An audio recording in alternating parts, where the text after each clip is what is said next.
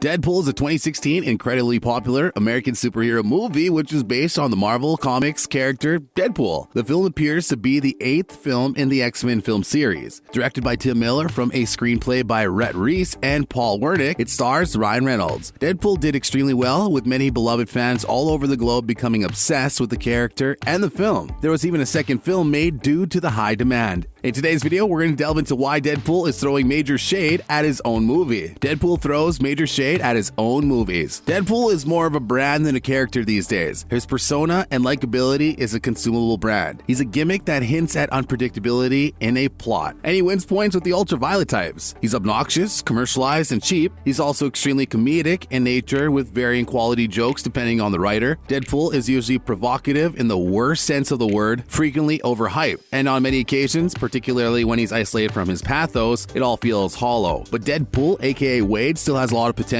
and a lot of appeal. And Deadpool, Black, White, and Blood, #1's vignette model, might just be the right model for the slight reset, a moment to explore all of the murk with the mouth's facets, and later to reflect on what the sum of these parts might become. Deadpool makes fun of himself in Marvel's Deadpool, Black, White, and Blood. The anti-hero's fourth wall breaks are regular in Deadpool films and comics, but the extra aesthetic challenge of working with one and only color in the series has prompted the writers and artists to be particularly inventive. Deadpool is known for his hilarious use of fourth wall cracks, which can be seen in both Deadpool and Deadpool 2. Deadpool's recent comments in the short story Deadpool Party, written by Karla Pacheco, Leonard Kirk, Rachelle Rosenberg, and Joe Sabino, criticize an approach central to his first film success. And it's likely that Ryan Reynolds, Wade Wilson, would disagree with the comic version on this occasion. Deadpool begins Deadpool Party in the media res in Marvel's Deadpool Black and White Blood, plummeting through the air. Wade observes as he falls, "There's this thing terrible writers do called in media res, that's basically smart people talking for. We're starting this in the middle of the action and then we'll go back and tell you all the boring plot stuff. Honestly, it's pretty cliched crap, but at least I'm about to flash back to shooting someone in the face." Fans will learn later that in the story, Wade has been charged with Gambit's mutant energy, leaping from their escape helicopter to destroy a crowd of undead below. But even if Wade doesn't agree, it's a lot more fun to see him start in this situation than it is to learn how he got there. And his movie creators agree. Deadpool and Deadpool 2 begin in media res before flashing back, similar to Deadpool Party. It's used in Deadpool to illustrate the action of Wade's transformation into Deadpool while also explaining the character's past as the movie continues. Deadpool 2 begins similarly, but it serves as a hint for how disastrous his vigilante career is about to become. In the sentiment, Deadpool criticizes as he flies through the air. However, one way Deadpool avoids falling into cliches is by refusing to recreate action scenes when the story returns to them, as Wade points out, as doing so would land the writer in problems with Marvel's legal department. 4 times Marvel and DC threw shade at one another or ripped each other off. Fans of Marvel and DC comics have been slamming each other for decades, and the feud has only become worse since the Marvel Cinematic Universe debuted in 2008. In terms of box money and, for the most part, critical praise, DC films have laid behind Marvel's offering since then. He wanted to delve into 5 times that Marvel and DC threw shade at each other. Chris Pine and Infinity Wars. We're guessing Chris Pine had no idea what Avengers Infinity Wars was about before mentioning it in a Screen Slam interview for Wonder Woman, but that doesn't make it any less entertaining. Within its genre, it's difficult to do something new, and usually you just see a bunch of people killing one another in outfits and blowing up cities, he explained. Like, I know there's a thing called Infinity War coming out, which is like, really? Infinity War? We need more war? Marvel, Thanos from Darkseid. With the release of Avengers Infinity War just around the corner, it's difficult to avoid seeing images of the Mad Titan. Thanos has a striking style with his colossal size, purple armor, and battle-ready boots. Unfortunately, his appearance, combined with his abilities and universal megalomania, makes him a dead ringer for DC's Darkseid. The Dictatorial King of Apocalypse would be seen again in 1971, and he's been a constant DC villain ever since. Darkseid is a superhuman with superhuman strength, speed, intelligence, energy manipulation abilities, and a merciless desire to rule the universe. He can also teleport and fly, and he's practically immortal. Thanos possesses the same set of abilities as Darkseid. David Ayer hates Marvel. At the world premiere of his DC film, Suicide Squad director David Ayer was a naughty boy, responding to an anti-Marvel remark with "fuck Marvel." Needless to say, it went viral, and he later apologized on Twitter for his remark. It was stated by someone, "I agreed. That's not cool. My brethren filmmakers deserve respect." Marvel Entertainment's chief creative officer, Joe Quesada, praised Ayer's apology and urged Marvel fans to forgive him for his snub. He commented on Twitter, "It was all in good fun," prompting Ayer to joke about how 2 words can bite back so hard. Marvel, Deadpool from Deathstroke. This is more of a ripoff of Marvel's Marvel's iconic gritty mercenary Deathstroke than a ripoff of DC. In DC Comics, Slade Wilson is a formidable villain who is a skilled tactician, weapons master, and martial artist. Since his debut in 1980 when he took on the Teen Titans, he's gone toe-to-toe with a slew of heroes. The writer of Deadpool makes a conscious reference to this by giving the Merc with the mouth a moniker that is only a shade different than Deathstroke's Wade Wilson. Rob Liefeld, his creator, was a Teen Titans fan. When he pitched his character, he was informed it was too similar to Deathstroke, so he opted to play it comedically. Ben Affleck shades Marvel. Ben Affleck stated in 2015, prior to the release of Batman vs. Superman, that DC films are a touch more realistic than Marvel films, adding that these films can be as fun, as snappy, or as flippant as Marvel movies. Of course, he's correct that DC films are more serious, but glib was a deliberate word choice. Perhaps he was simply following the company line as Warner Bros. CEO. Kevin Tushihara previously stated that DC films are a little bit edgier than Marvel's movies, and WB President Greg Silverman previously stated that DC films aren't making superhero movies, but rather tackling interesting philosophies and character development. After Avengers Infinity War's tragic conclusion, I'm sure they're all feeling a little silly about that. Marvel, the Avengers from the Justice League and the Justice League Society of America. The superhero team up, like the big crossover events it allows, was arguably always a foregone conclusion. It was always a question of who would arrive first. Dr. Fate, Flash, Hawkman, and Green Lantern were among the founding members of the JSA, which received the award in 1940. Because a few of its members were owned by All-American Publications at the time, it was also the first intercompany collaboration. In 1960, the more well-known Justice League, an all-DC team, debuted. Ant-Man, the Wasp, Iron Man, Thor, and Hulk were the original members of the team, with the Wasp coining the moniker. The Justice League and the Avengers have both spawned a slew of spin-off organizations. Despite being late to the comics party, Marvel released its Squad in 2012, well ahead of Justice League in 2017. Christopher Marcus shades DC. Avengers Infinity co-writer Christopher Marcus gives his view on what DC movies are doing wrong on Kevin Smith's Fat Man on Batman podcast, and he doesn't seem like a fan of their strategy, believing they should just learn from Marvel's usage of weaker superheroes. I might put Batman and Superman and everybody else, Wonder Woman is doing fine, aside for a second, go through the vast world and go, that guy or that girl, and go, let's just make a really good movie and not a universe and see what happens. There's a lot of spaghetti being thrown at the wall, he outlined. And there you have it, everything you need to know about why Deadpool is throwing shade at his own movies. Along with this, we also delved into some shade that has been thrown between Marvel and DC universes and times they ripped each other off. Make sure to let us know your thoughts down below. Do you prefer DC or Marvel comics? What do you think about Deadpool shading his own movies? But if you enjoyed today's video, again, don't forget to like and subscribe so you never miss any of our new and upcoming content. Thanks for watching. We'll catch you on the next one.